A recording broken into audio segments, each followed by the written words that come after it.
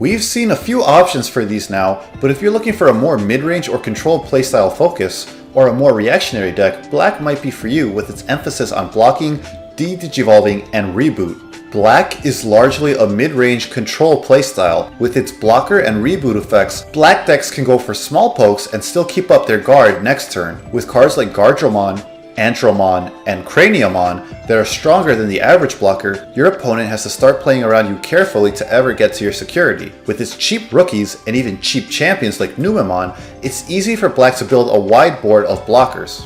The control aspect of Black is further emphasized with its D-Digivolve effects. D-Digivolve sends the top card of the Digivolution stack to the trash. Black's option cards and Digimon can help keep an opponent's Digimon in check this way. The rest of the stack does stay on the field however, so it's important to note that this simply is not as strong removal as other colors options, since the opponent can just climb back up if they have another copy of the Digimon in hand. But when paired with Omnimon Alter S, it can become a devastating board wipe if built and played correctly. Reboot unsuspends your Digimon on your opponent's unsuspend phase, so they can no longer attack it that turn unless they have a way to suspend it on their turn. Because of this, you can attack with Digimon like Craniamon that has a Toy Agumon in its stack, which has the inheritable effect Reboot, and not worry about giving up your block next turn because Reboot will restand your Craniamon. Other cards, like Raymon, give jamming if the Digimon has Reboot. This lets you be even more aggressive still by no longer worrying about being deleted by a Digimon in the security.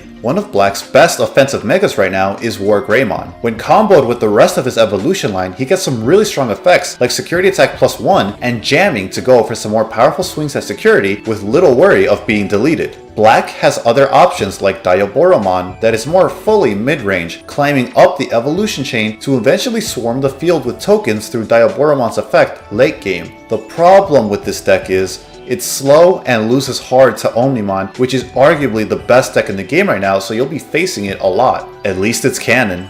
The great thing about Black is how interchangeable its parts are. Reboot doesn't necessarily need to be paired with blocker or jamming to be useful. You can evolve any of your Digimon over Toy Agumon because that restanding will always be useful, whether to protect your Digimon next turn or to be able to block next turn. Because of this, you can experiment with a lot of the playstyles of Black and the different Digimons without worrying about an investment. So Black becomes a great starting point for a lot of players. Black is a fun option, letting you play more defensively without giving up offensive pressure if you build it right. If you're interested in mid-range and control styles, Black is the color for you. Thanks for watching. I really hope these have helped you in picking a deck to start with for the Digimon TCG. I hope to see you next time, and until then, remember, stay hungry until you get a taste of victory.